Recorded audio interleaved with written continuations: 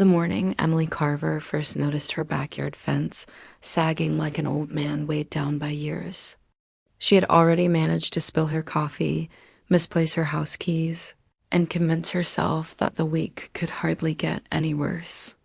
Yet, stepping into the crisp Maple Ridge air, she realized life always seemed ready with another curveball. The sun had only just begun to rise, stretching soft golden lines across damp grass, and the cool autumn breeze carried hints of pine and distant chimney smoke. None of it, however, could soothe her growing irritation as she hoisted an old, unwieldy hammer, trying once more to coax the crooked fence panel into place. Her arms quivered, her patience wore thin, and she muttered to herself about the universe picking her yard as the target of its cruelest jokes. She didn't notice the approaching footsteps, didn't catch sight of anyone through the slats, but there was a subtle shift in the air, a presence that prickled her awareness. Then a calm, warm voice drifted through the fence. "You okay over there?" Startled, Emily froze mid-swing. Turning, she saw Marcus Bennett, her neighbor of 6 months, standing on the other side with a pair of work gloves in one hand and a mix of concern and easy amusement on his face. Until now, their interactions had been limited to brief waves, simple gestures filling the quiet gap between their homes. Yet something about him always struck her as steady, quietly strong, as if he carried an inner calm she couldn't name. Emily tried to assure him she was fine, though the board slipping from her grip told a different story. Marcus leaned slightly through the gap and offered, "I can help if you want. That fence isn't going to fix itself." There was no pressure in his tone, only honest neighborly concern. It eased the tension in her chest. She wasn't usually one to accept help, but today her pride felt heavier than usual. She nodded, almost embarrassed by the relief washing over her dot with casual confidence. Marcus stepped into her yard, moving as if he already knew every step. Up close, he smelled faintly of sawdust and clean laundry. Emily straightened, brushing dirt off her jeans in a vain attempt to appear composed. Handing him the hammer, she laughed quietly, admitting she didn't even know which end to hold. He chuckled, not mockingly, but in a way that made the moment feel lighter. Kneeling, he examined the fence, explaining the problem in simple, patient terms without making her feel foolish. She noted how natural he looked to doing something productive, how focused his gaze was, how easily his hands moved out as they worked. Marcus guided her where to stand, how to study the boards, how to keep everything aligned. They fell into an unexpected rhythm, quiet except for the occasional bird call and the scrape of wood. Their hands brushed occasionally, each touch sending a subtle jolt through her. It wasn't dramatic, just a reminder that she hadn't shared such a task, or silence, with anyone in a long time. When a stubborn nail refused to go in straight, Emily sighed. Marcus gently removed her hand from the board and said, "Let me try." In a single fluid motion, he corrected it, glancing up with a grin that warmed her cheeks. For a fleeting moment, she wondered how someone she barely knew could make her feel seen so simply.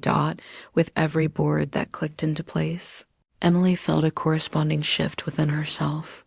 She hadn't realized how unsteady she'd been, shaken by the months since her divorce and move. Receiving help, having someone notice her struggle without being asked, was foreign, but Marcus was patient and present, showing up exactly when she needed it. When they finished the section she'd battled all morning, Emily stepped back, admiring the straightened, sturdy fence. Gratitude bloomed unexpectedly within her. "Thank you," she said softly, words meant for more than just the fence. Marcus wiped his forehead and replied, "You don't know me." "Thanks, that's what neighbors do." There was warmth in his statement, a sincerity that carried more weight than either realized. A light breeze stirred amber leaves, and Marcus glanced at the remaining fence. "If you want, I can come back later and help with the rest." "Shouldn't take long." Something inside her shifted, a quiet spark of possibility she hadn't felt in years. She nodded, voice barely steady, and agreed. Watching him leave, she marveled at how a morning that began with spilled coffee and frustration ended with a feeling she couldn't quite name settling in her chest. For the first time in a long while, she hoped her story wasn't finished. And yet, there was a delicate strength in the moment, a fragility that felt entirely right. The fence behind them gleamed softly in the dim, wet light, straight, solid, complete. Emily realized it wasn't only the fence that had been restored over these past 2 days. Quietly, almost imperceptibly, her own heart had begun to mend. With each shared laugh, every brush of hands, every exchanged glance, emotions swirled inside her, rising and settling in unpredictable ways. Marcus broke the silence, his voice low and deliberate. "Emily, I want to be here, not just for the fence." The words carried weight heavier than the rain that had just passed, more intimate than any quiet moment they had shared. Her chest tightened, caught between hope and disbelief. She searched for the right reply, but no words came, so she let her hand slide fully into his, letting the gesture express what her voice could not. His thumb traced gentle patterns on her skin, simple yet intentional, sending a mix of nervousness and calm through her at once. Life around them resumed slowly. Cars passed along the street, neighbors flicked on porch lights, and distant voices carried in the evening air. Yet Emily and Marcus remained in their private bubble. The storm, the fence, the lingering evening, creating a memory meant only for them. For months, she had not felt such a desire to stay rooted in a single place, to hold onto a fleeting instant. She didn't want it to end, didn't want the ordinary night to return. The scent of wet earth and pine lingered, carrying with it the promise of something quietly new. Marcus glanced at the fence, then back at her, a small hesitation in his smile, a glimpse of vulnerability she hadn't expected but found comforting. "Maybe tomorrow we can tackle another project," he suggested lightly. Her stomach fluttered, not from fear, but from anticipation, the small thrill of a shared plan, a shared space, the simple joy of connection. She nodded, smiling softly, aware of the warmth spreading in her chest. Something had shifted between them, subtle yet undeniable, built on quiet understanding, mutual respect. And the gentle spark that had grown since they first started repairing the fence together, Marcus gave her hand one last reassuring squeeze before letting go, the gesture lingering in the air like a quiet promise. Emily felt a certainty she hadn't expected. This wasn't fleeting.